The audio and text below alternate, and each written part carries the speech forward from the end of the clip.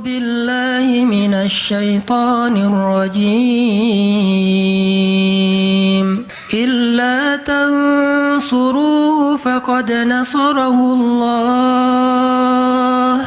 إذ أخرجه الذين كفروا ثاني اثنين إذ هما في الغار إذ يقول لصاحبه لا تحزن إن الله معنا فأنزل الله سكينته عليه وأيده بجنود لم تروها وجعل كلمة الذين كفروا السفلى وكلمة الله هي العليا والله عزيز حكيم. Kalau kalian tidak menolongnya, maka sungguh Allah akan menolongnya. Seperti ketika orang-orang kafir mengeluarkan dia dari kota Mekah pada saat dia menjadi salah satu di antara dua orang yang berdiam di dalam gua, yaitu gua Thur. Ketika ia berkata kepada sahabatnya, yaitu Abu Bakar, dia di sini siapa? Rasulullah Shallallahu Alaihi Wasallam. Ketika dia berkata kepada sahabatnya, la tahzan, innallaha ma'ana. Janganlah kamu khawatir, bersedih, takut, itu sama. Sesungguhnya Allah bersama kita. Maka Allah Subhanahu wa taala menurunkan rasa ketenangan kepadanya dan menolongnya dengan tentara yang kalian tidak bisa melihat. Sehingga Allah menjadikan kalimat orang-orang kafir itu menjadi dikalahkan atau rendah, dan kalimat Allah adalah kalimat yang tinggi, dan Allah Maha Perkasa lagi Maha Bijaksana. Ini kan kata-kata yang paling populer ya, la tahzan innallaha ma'ana. Tips pertama kalau kita pengen bisa lebih tetap tenang, happy ketika kita dalam tekanan adalah kita tuh memang harus punya sahabat yang selalu mengingatkan kita kepada Allah Subhanahu wa taala. Sahabat yang mengingatkan kita kepada Allah. Ini yang terjadi kepada Abu Bakar As-Siddiq. Sekelas Abu Bakar yang imannya sampai ke derajat Siddiq, bukan cuma mukmin loh, Siddiqun. Kan ada mukmin, ada muttaqin, ada siddiqin. Ini udah derajatnya siddiq. Arti siddiq itu udah nggak ada lagi keraguan di hatinya. Udah nggak ada lagi masalah sedikit pun. Ketika orang-orang ragu, Abu Bakar tetap yakin. Salah satu kasusnya pas Nabi pulang Isra Mi'raj. Nabi bilang bahwa saya baru pulang dari Palestina dan baru naik ke langit semalam. Diberitakan ini kepada orang-orang kafir Quraisy, tapi orang-orang kafir Quraisy nggak percaya. Lalu ketika para sahabat-sahabat lain mendengar, mereka kayak ragu-ragu gitu, bener nggak ya, bener nggak ya? Lalu ketika ditanya kepada Abu Bakar, ya Abu Bakar, lihat tuh teman kamu makin gila aja. Emangnya kenapa, kata Abu Bakar? Dia ngaku-ngaku baru pulang dari dari Palestina. Dia ngaku-ngaku baru pulang dari langit, katanya Isra dan Mi'raj semalaman, dalam waktu 1 malam. Lalu Abu Bakar bertanya, siapa yang bicara kayak gitu? Dia atau kalian? Kata mereka, Muhammad yang ngomong kayak gitu langsung kepada kami. Kata Abu Bakar, kalau Muhammad yang ngomong kayak gitu, maka benar. Dia nggak mau tanya gimana caranya, berapa lama waktunya, kapan, siapa yang membawa dia. Nggak nanya apapun. Kalau Muhammad yang ngomong, maka itu benar. Ini artinya siddiq, nggak banyak tanya, percaya banget. Kalau ayatnya kayak gitu, udah cukup. Kalau hadisnya kayak gitu, udah cukup. Kalau kata ulama kayak gitu, saya ikut. Nggak ada kenapa kayak gini dan seterusnya, nggak. Ini menunjukkan Abu Bakar itu orang yang sangat luar biasa imannya. Tapi dia tetap manusia. Gimana pun imannya udah kuat, mantap, siddiq, ketika ada masalah, sifat dasar manusia itu keluar lagi, yaitu khauf, rasa khawatir, takut. Dan yang luar biasa, khawatir dan takutnya Abu Bakar itu bukan untuk keselamatan diri beliau. Abu Bakar itu khawatir terhadap keselamatan Rasulullah SAW. Jadi bukan keselamatan Abu Bakar. Kalau kita mungkin khawatir terhadap keselamatan diri sendiri nih. Kalau Abu Bakar derajatnya khawatir terhadap gimana ya Rasul, kalau mereka ngelihat ke bawah, ke kakinya, pasti kita akan ketahuan. Karena mereka sembunyi di sebuah lubang, nggak gua sih, kecil, lubang di bukit Jabal Thur. Dan orang-orang kafir Quraisy sudah datang ke lubang itu, berdiri tepat di pintu gua. Kalau mereka ngelihat ke bawah, udah ketahuan tuh, kelihatan Rasulullah sama Abu Bakar.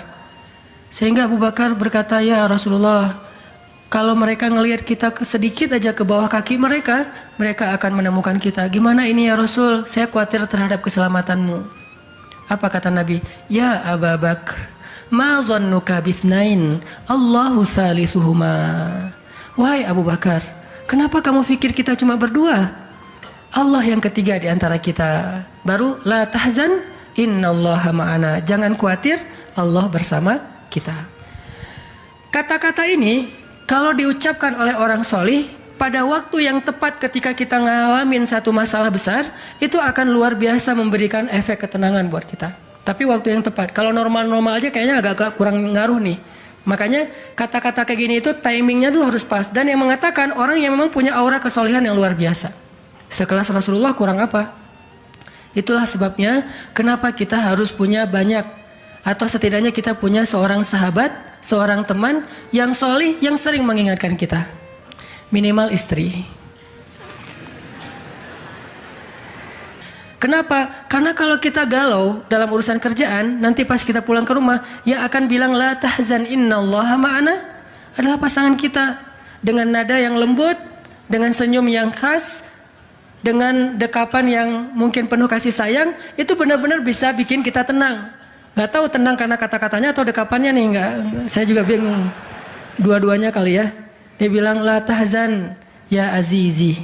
Panggilan buat suami bahasa Arabnya yang lembut tuh azizi. Bukan al-aziz ya. Al-aziz mah nama orang. La tahzan ya azizi atau ya habibi atau ya albi. Albi itu artinya jantungku. Jangan dipakai deh, biar saya aja yang pakai itu. La tahzan. Jadi misalnya kayak suami galau tentang kerjaan. Mah, papa lagi galau nih. Kenapa Pak? Di kantor itu kemarin kita ada tawaran proyek. Cuman proyeknya kayaknya cara untuk ngedapetin proyek itu cara-caranya tuh agak-agak kurang baik gitu. Ada suap segala macam. Tapi itu proyeknya untung besar loh Mah. Nah kalau kita nggak suap, kita nggak akan dapat proyek itu. Ini gimana nih Mah? Diambil nggak? Kan galau nih, udah istikharah belum mantap nih hatinya. Istrinya yang bilang, Papa, Allah yang kasih kita rezeki. Kalau Papa ninggalin sesuatu karena Allah, Allah akan ganti dengan yang lebih baik. Pasti dari booster ya Mah. Nyontek gitu ya. Nah, kalau dia ngomong kayak gitu kan jadi mantap nih. Kayak saya juga pernah ngerasain lagi kayak sedih gitu, lagi galau karena satu urusan. Istri mengatakan, udah serahin aja sama Allah. Kan jadi mantap kan hatinya. Hal-hal yang kayak gini nih. Kalau belum punya pasangan, temen.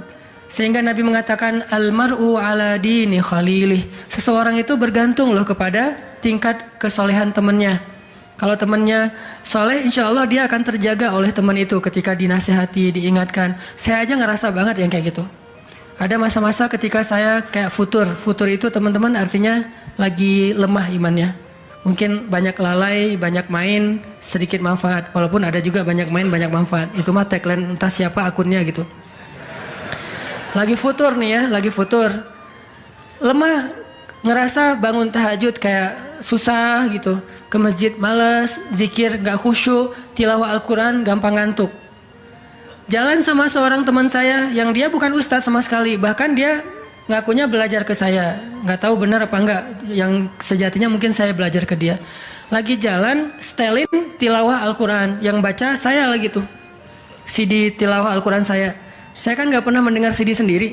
Pas diputarin itu siapa? Lah itu ustadz. Oh ya. Baca surat Al-Mulk. Tabarakalladzi biyadihil mulku wa huwa ala kulli syai'in qadir. Pas sampai di ayat-ayat tentang Jahannam, tentang neraka, tentang apa, walaqad zayyana sama ad-dunya bimasabih dan seterusnya, dia nangis. Dia nyetir nih, dia nangis. Saya ketika ngelihat dia nangis, saya dapat hidayah. Jadi saya dapat hidayah bukan hanya dengan mendengar bacaan itu, tetapi karena dikondisikan oleh seorang teman, saya ngerasa, duh, Masya Allah ya, dia yang dengerin bacaan saya bisa nangis, saya dengerin diri saya sendiri nggak nangis, kan ada masalah nih. Akhirnya saya jadi insaf itu kemudian istighfar, astagfirullah Allah, saya kayak ada masalah nih. Mulai belajar dari dia, Pak gimana sih kok bisa kayak gitu? Ustadz kan lebih tahu ilmunya mungkin, tapi kalau pengalamannya Bapak pasti lebih tahu. Rahasianya apa? Ternyata rahasianya emang dia orang yang nggak pernah dengar yang lain selain mendengar bacaan Al-Quran. Jadi buat dia bacaan Al-Quran itu benar-benar entertain buat dia. Oh, berarti kita harus lebih banyakin lagi dengerin Al-Quran. Kalau kita dengar musik sekali, berarti dengar Qurannya 3 kali harusnya, baru masih agak-agak proporsional nih. Sehingga gampang kesentuh, hatinya itu mudah. Tapi pelajarannya tetap teman yang ngebawa kita kepada sesuatu. Ternyata triknya pertama, mengingat Allah itu kan bukan cuma menyebutkan Allah, Allah, Allah. Tapi ketika kita sedang dalam keadaan bingung, khawatir, galau, sedih, tertekan, panik, tiba-tiba teman kita mengingatkan kita kepada Allah dengan bahasa yang sederhana. Kalau bahasa sederhananya Al-Quran, la tahzan, innallaha ma'ana. Dan itu boleh diterjemahin ke bahasa yang lebih sederhana versi kita. Karena itu bahasa Al-Quran yang mungkin buat sebagian orang nggak dapat nih, karena mungkin nggak paham bahasa Arab. Jadi kalau teman kita lagi sedih dengan bilang, la tahzan dong, innallaha ma'ana. Apaan tuh lu baca Quran gitu ya? Nggak ngerti kan dia? Kita bisa terjemahin, udah tenang aja, Allah yang bantu. Tenang aja, Allah yang beresin. Tenang aja, serahin aja kepada Allah. Allah itu sebaik-baik kita nyerahin sesuatu. Ngomong kayak gitu tuh kena. Kalau timingnya pas kita lagi ngalamin satu masalah. Terutama masalah-masalah kayak masalah rezeki itu paling bikin kita sering panik, kehilangan sesuatu, ditipu orang, segala macam. Kita bilang, udah nggak apa-apa, nanti Allah ganti yang dengan yang lebih baik. Allah yang ganti gitu. Allah yang ganti. Tenang tuh jadinya. Karena kita sedang mengetuk kembali imannya di saat dia sedang butuh-butuhnya iman itu. Dan itu butuh teman yang bisa mengingatkan kita. Sehingga Nabi bilang, ciri-ciri teman yang baik itu adalah kalau kita ketemu dia bikin kita sering ingat Allah. Dia bikin kita sering ingat Allah. Coba teman-teman renungkan nih, coba dihitung-hitung. Kita kalau ketemu teman ngomongin dunia berapa sering? Terus ngomongin Allah berapa sering? Kan jarang banget kita ketemu teman ngomongin tentang Allah kan? Dan kayaknya nggak tahu juga bahannya mau ngomongin apa tentang Allah. Kita ngomongin tentang Allah yuk. Ngomongin tentang Allah, apaan tuh? Kan bingung dia tuh. Maksud lo qul huwallahu ahad gitu. Atau ayat kursi. Berarti kita belum terbiasa bicara tentang Allah. Nah ini yang harus kita coba latih pelan-pelan nih. Kita lihai banget nih. Bisa smooth banget masuk ke tema tentang dunia. Bisa ganti-ganti topik dan semuanya tentang dunia. Tentang kuliner, tentang kerjaan, tentang jodoh, tentang kuliah, tentang pendidikan, tentang apapun. Tentang teman.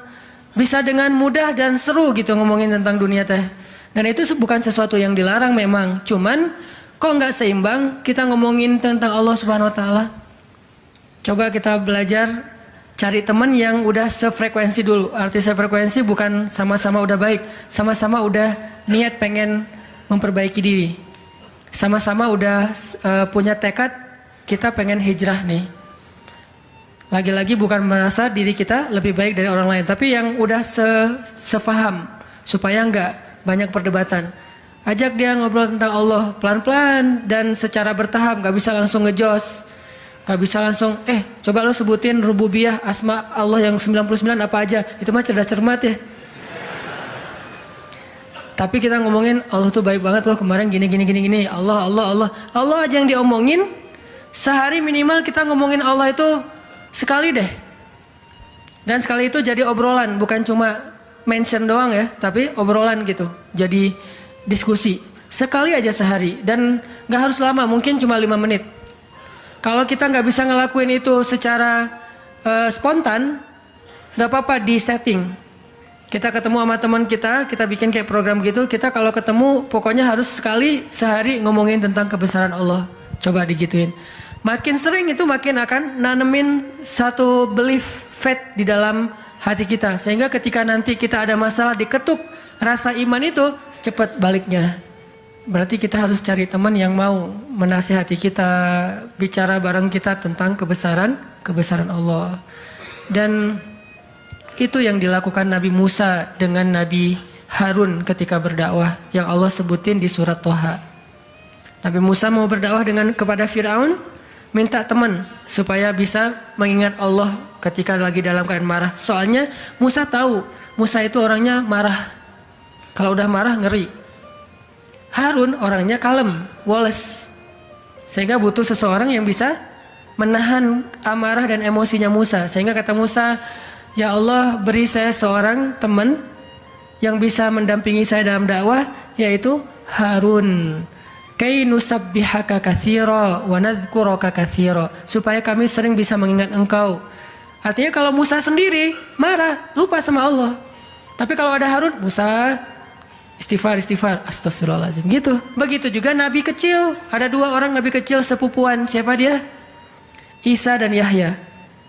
Nabi Isa dengan Nabi Yahya. Anak kecil 2 orang nih, dua-duanya keren, dua-duanya soleh, dua-duanya ganteng, dua-duanya idola, selebgram lah di masanya. Pokoknya luar biasa nih 2 orang cowok. Anak usia, kalau nggak salah Yahya waktu itu umurnya udah sekitar 10 tahun, Isa baru lahir, berarti beda 10 tahun. Pas mereka ABG, beda 10 tahun tapi nyambung ngobrolnya. Pas mereka jalan kemana-mana berdua tuh, yang satu orangnya gampang tersentuh, nangis, yaitu Yahya. Yang satu lagi orangnya tegas, yaitu Isa. Sehingga kalau Isa lagi marah, Yahya yang mengingatkan Isa, tenang. Akhirnya tenang. Pas Yahya terlalu kayak baper gitu, aduh kasihan.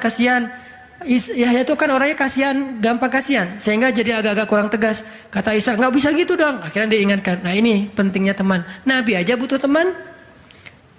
Kalau kita mau kepo dikit nih, kenapa sih Rasulullah memilih Abu Bakar untuk nemenin hijrah? Kenapa nggak Umar gitu, supaya aman?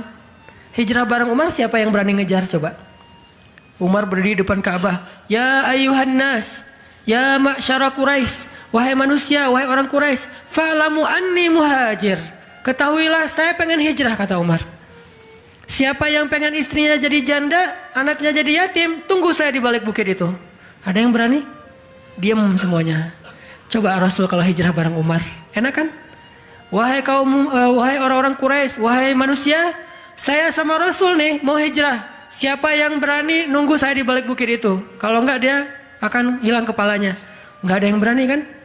Kenapa Rasulullah milih orang yang lemah seperti Abu Bakar? Udah kurus, lemah, dan kaumnya kabilah yang lemah, Bani Taim. Bani Taim itu lemah kabilahnya, enggak seperti kabilahnya Umar bin Khattab. Kenapa bukan Umar? Kenapa bukan Hamzah? Hamzah itu pemanahnya para sahabat, pemanahnya orang-orang Mekah. Dan juga nggak ada yang berani sama Hamzah. Hamzah mukul Abu Jahal di depan orang banyak, nggak ada yang berani balas.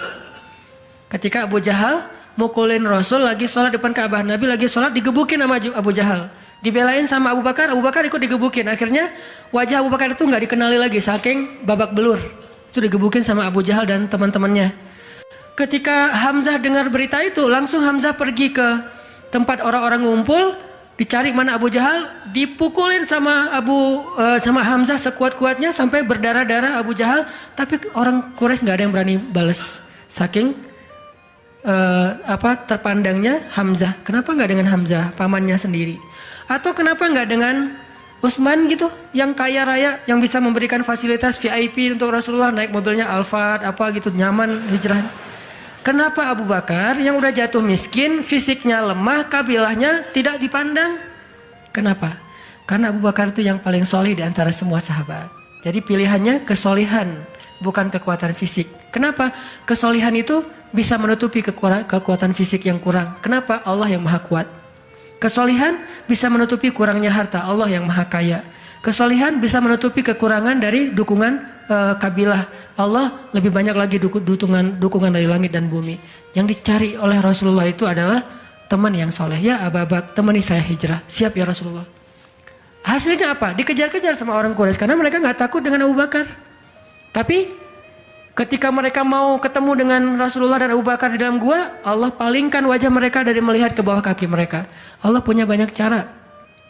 Ada ulama yang bilang bukan cuma dipalingkan, tapi tiba-tiba merpati bikin sarang di situ laba-laba. Walaupun ada perdebatan di antara ulama ini hadisnya sahih atau enggak. Yang jelas, yang pasti nih Allah melindungi mereka dengan banyak cara sehingga nggak bisa ditangkap. Allah yang bertindak. Jadi butuh teman yang soleh. Walaupun nanti kenyataannya teman yang soleh ini malah ditenangkan oleh Rasulullah, bukan Rasulullah ditenangkan oleh dia gitu. Kan nyari teman yang soleh biar bisa menenangkan nih. Ternyata pas ada masalah, Rasul gimana? La tahzan, innallaha ma'ana, tenang, udah beres. Bisa nggak kita coba latihan ini? Kalau kita berteman dengan seseorang, niat kita pengen saling mengingatkan. Wa tawasau bil haq, yaitu mengingatkan tentang Allah. Wa tawasau bis shab. Itu kayak gitu tuh ayatnya. Pertama hak dulu, kedua sabar. Kalau nasihatnya udah benar, insya Allah sabar. Jadi kalau kita pengen menasihati teman kita atau dinasihati oleh teman kita supaya lebih kuat, bisa tough, bisa survive dalam masalah, minta dia menasihati kita al-haq. Dan siapa al-haq? Allah Subhanahu wa taala. Wa tawasau bil haq artinya saling menasihati dengan nama Allah. Udah serahin aja sama Allah. Allah itu maha ini sebutin dengan bahasa sederhana. Langsung sabar jadinya. Langsung lebih kuat, lebih tenang. Itu yang pertama teman-teman. Kita sering berteman dengan orang yang insya Allah dia yakin sama Allah lebih kuat daripada kita, imannya lebih mantap daripada kita. Yang kedua, gimana caranya biar kalau kita menyebut nama Allah, kalau kita sholat, kalau kita berzikir itu jadi lebih tenang gitu, lebih happy. Karena sebetulnya orang mukmin itu bahagianya itu ada di dalam hati. Kalau bahasa Ibnu Taimiyah, surgaku itu di sini. Surga orang mukmin itu di hati. Surga kita itu bukan rumah, surga kita itu bukan mobil, surga kita itu bukan pekerjaan, surga kita itu bukan tempat jalan-jalan, tapi semua itu kebaikan, kesenangan. Cuman surga kita ada di sini. Dan ini kita bawa kemana-mana. Jadi nggak susah menemukan surga teh. Aduh, bete nih kenapa nggak bisa jalan? Bete nih kenapa nggak bisa nonton? Bete nih kenapa nggak bisa nyaman di rumah? Bete nih kenapa? Gampang bete karena surga kita bertempat di sesuatu tempat yang sulit untuk kita jangkau. Harusnya itu jadi hiburan buat kita, bukan surga. Sedangkan surga memang adanya di hati. Ada masalah, Allah lebih kuasa, makhluk tidak kuasa. Ada masalah, kita bilang Allah maha besar, masalah saya kecil dibandingkan Allah. Kalau dibandingkan kita, mungkin kita lebih kecil daripada masalah. Tapi dibandingkan Allah kita, Allah lebih besar. Allahu Akbar. Kita belajar Allah yang maha memelihara. Kita kan dipelihara Allah, terus ngapain kita khawatir? Kalau gitu nggak usah ikhtiar, Ustaz. Ikhtiar, tapi jangan libatkan hati. Ikhtiar itu pakai tangan, pakai kaki, pakai tenaga fisik. Hati nggak perlu berikhtiar. Hati itu bertawakal. Fisik kita berikhtiar, hati kita bertawakal. Jangan sampai hati kita ikut ikhtiar, nih bahaya nih. Kalau hati kita ikut ikhtiar, berarti kita lebih percaya kepada makhluk daripada Allah. Nanti akan mentok, kalau udah mentok putus asa, itu penyebabnya. Gara-gara hatinya baper dengan ikhtiar. Ketika jalan-jalan ikhtiar itu tertutup, hati kita jadi give up. Nyerah aja deh. Sedangkan kalau hati kita nggak ikhtiar, dia cuma tawakal. Jalan tertutup, dia masih bilang, Allah maha kuasa. Ala kulli syai'in qadir. Segala sesuatu Allah maha bisa. Nggak mungkin nggak bisa. Tetap. Makanya jangan ikhtiar pakai hati. Ikhtiar pakai tenaga. Hati tawakal babnya. Sehingga tawakal itu amal hati. Ikhtiar itu amal fisik. Kan dalam Islam itu ada amal batin, ada amal zahir ya. Amal batin hati, amal zahir fisik kita. Ikhtiar amal zahir, jangan dicampur-campur dengan amal batin. Coba teman-teman buka deh surat Hud, surat 11. Kalau ragu tentang rezeki baca nih ayat nih. Surat 11, surat Hud ayat 6. Wa ma min dabbatin fil ardi illa 'ala Allahi rizquha wa ya'lamu mustaqarraha wa mustawda'aha kullun fi kitabim mubin. Tidak ada satu hewan melata pun di muka bumi kecuali Allah menjamin rezekinya. Ini amalan hati nih. Ini ayat untuk menguatkan hati kita, bukan menguatkan fisik. Tapi biasanya hati kalau udah kuat, fisik ke bawah. Kan kata Nabi kalau hatinya baik, yang lain ikut baik. Kalau hatinya buruk, yang lain ikut buruk. Jadi kalau hatinya udah give up, pasti fisiknya jadi lemah. Kalau hatinya tough dan masih punya belief ke Allah, masih punya harapan, maka fisiknya juga akan kuat. Wa ma min habbatin fil ardi illa 'ala Allahi rizquha wa ya'lamu mustaqarraha wa mustawda'aha. Allah tahu di mana rezeki kita disimpan. Allah tahu kemana kita akan membelanjakan rezeki itu. Semuanya tertulis di dalam kitab yang jelas. Allah yang tahu. Allah yang menjamin. Nggak ada yang nggak dijamin rezekinya. Makanya saya pernah cerita tuh dulu di mall sebelah. Saya sama istri habis kajian di sini atau sebelum kajian di sini, sebelum maghrib sempat mau belanja dulu, belanja di supermarketnya di bawah, lantai bawah. Dari lobi kita mau ke bawah itu cari eskalator kan ya, belok kanan cari eskalator. Ternyata salah ngambil jalan. Kita habis belok kanan langsung belok kiri. Harusnya kalau belok kanan lagi sekali lagi langsung eskalator turun tuh. Pas karena kita belok kiri, akhirnya kita muter. Gara-gara muter, ngelewatlah sebuah stand baju kaos yang lagi diskon. Wih, diskon 50%. Akhirnya saya sama istri masuk. Ternyata lucu-lucu juga buat anak gitu. Alhamdulillah akhirnya kita beli 2 helai. Baru setelah itu kita jalan lagi cuma beberapa meter masuk eskalator turun. Siapa yang telah menggerakkan kaki saya sampai salah jalan? Sehingga saya harus muter dan akhirnya masuk ke stand itu. Alallahi rizquha. Allah yang menjamin rezeki. Kayak gitu cara Allah menskenariokan. Kalau saya ngambil jalan kanan mungkin saya nggak akan masuk ke toko itu. Berhubung saya ngambil jalan kiri akhirnya muter, masuklah ke toko itu. Allah punya banyak cara. Kenapa kita khawatir dengan stand orang lain yang mungkin lebih dekat ke pintu, lebih dekat kepada stage yang di tengah kalau bikin event segala macam. Kenapa? Kita udah ikhtiar dapatnya cuma ini. Kayak lagi ada event, kayak festival gitu, kayak ada bazar, kita punya banyak stand. Stand kuliner kita paling pojok, dekat toilet. Stand kuliner teman-teman kita tuh paling depan. Dan di situ stage banyak acara tausiah segala macam. Oh, kayaknya di situ lebih laku. Belum tentu juga. Bisa jadi pada waktu itu banyak orang yang sakit perut atau apa akhirnya ya lewat. Aduh, ini kayak seru juga nih di sini nih, makan di sini. Gak usah jauh-jauh sambil nunggu makan. Allah yang punya cara. Saya kan pernah cerita kesasar sampai ke Cirebon. Kenapa kesasar? Ada suatu hari Minggu kayak lagu. Ada satu hari Minggu nih. Bingung kita pengen keluar sama keluarga sama anak-anak. Kita keluar yuk. Saya bilang ke anak-anak, "Hayu," kata anak-anak. "Kemana?" Ke Kota Baru aja. Di situ kan ada jam matahari tuh. Kita lihat jam matahari. Hayu naik mobil masuk tol nih. Pas sudah masuk tol Paster, berubah pikiran. Terlalu dekat, nggak berasa liburan ya. Ya, terus mau kemana? Ke Jakarta aja yuk, ke Ancol. Ada pantainya. Oh, ayo ke Dufan. Jalan. Akhirnya nggak jadi belok pada larang, lurus. Niatnya ke Ancol. Sebelum Cikampek berubah lagi pikiran. Ancol mah pantainya gitu-gitu aja ya, udah pernah ya.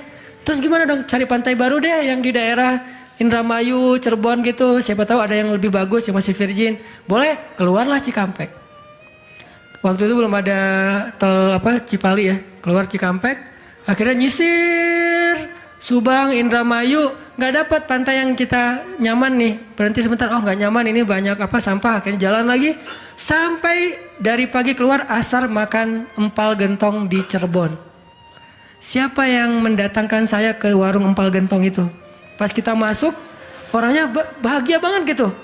Kelihatan kalau dari pagi itu belum ada yang datang, belum ada pelanggan, sepi warungnya. Karena tempat parkirnya agak nyaman, langsung parkir di situ, makan empal gentong dan ternyata enak, kita bungkus.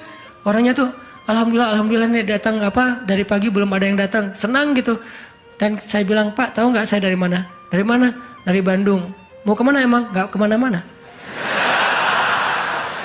Muter. Jadi kita cuman dari Bandung cuma pengen makan empal gentong di Cirebon ujung-ujungnya. Pulang sampai ke Bandung jam 10 malam, macet lagi tuh di Sumedang karena ada perbaikan jalan. Cuma pengen makan empal gentong, ngasih rezeki ke orang di Cirebon, kayak gitu banget tuh caranya tuh. Coba lihat cara Allah. Oh, yakin nih sama Allah. Allah bisa banget ngedatangin. Kalau ini terjadi kepada orang lain, berarti kalau saya cari rezeki bisa juga caranya kayak gitu. Allah kan punya banyak cara. Cuman kadang-kadang atau seringnya kita nggak tahu cara itu, tahu hasilnya doang nih. Tiba-tiba dapat. Sesederhana itu kita berpikir, akhirnya sesederhana itulah syukur kita ke Allah. Kalau kita tahu gimana rumitnya rezeki itu datang ke kita, kita akan syukurnya lebih pasti tuh. Masya Allah ya, Allah ngedatangin rezeki ke saya tuh gitu-gitu amat, sampai ada orang yang kesasar sekeluarga, bingung gitu. Tapi kan dia, kalau saya nggak cerita dia nggak akan tahu. Dia pikir cuma orang yang memang tinggal di Cirebon atau emang lagi jalan lewat kebetulan mampir. Artinya karena dia nggak tahu prosesnya, rasa syukurnya juga sederhana. Sama kayak kita nggak mensyukuri masakan istri kita kalau yang udah punya. Istri itu masak tuh rempong loh dari pagi, wah sampai apa ganti lagi. Kita nggak tahu ya, mungkin istri kita baru belajar masak, gagal 2 kali loh. Itu yang ketiga tuh, nggak enak pula. Udah gagal 2 kali. Dan kita pikir cuma masak sayur gini doang mah, sayur bening mah gampang. Kita kan nggak tahu prosesnya, sehingga apresiasi kita juga ya segitu-gitu aja. Kalau kita tahu prosesnya, walaupun cuma sayur bening sama telur ceplok, kita akan peluk istri kita, mah makasih banyak ya, mama udah berkorban banget buat papa, mah hari ini makanan terenak sepanjang hidup papa loh mah. Kenapa ngomong gitu? Karena tahu prosesnya. Gitu juga kita ke Allah. Karena kita nggak tahu proses rezeki itu Allah setting sampai datang ke kantong kita. Kita kayak ya alhamdulillah gitu doang. Tapi kalau kita tahu masya Allah ya Allah alhamdulillah atas semua nikmat yang kau berikan, puji-puji Allah. Artinya teman-teman kalau galau tentang rezeki dari Allah, tentang pekerjaan, tentang kuliah segala macam, termasuk tentang jodoh, coba baca ayat 6. Semua Allah yang jamin. Ini bab hati ya, lagi-lagi bab hati. Ikhtiar mah jalan aja terus, tapi hati Allahi rizquha, Allah yang menjamin. Itu baru jadi tenang nih mengingat Allah, tetap happy gimana-gimana juga. Dan ini ditaraddud, diulang-ulang. Coba diulang-ulang nih ayat nih. Jadikan salah satu ayat favorit. Kalau kita lagi galau langsung baca ayat ini berulang-ulang sendiri kalau bisa. Baca dulu terjemahannya, hafal. Kalau udah hafal terjemahannya, tinggal baca ayatnya berulang-ulang. Sebelum tidur mungkin kalau yang paling tenang. Kalau khawatir nggak bangun tahajud, ya udah sebelum tidur baca. Wa ma min dabbatin fil ardi illa 'alallahi rizquha. Diulang. Itu beda banget loh rasanya. Belajar untuk mentafakuri kebesaran Allah, sehingga kalau kita nanti ada masalah mengingat Allah lebih mantap.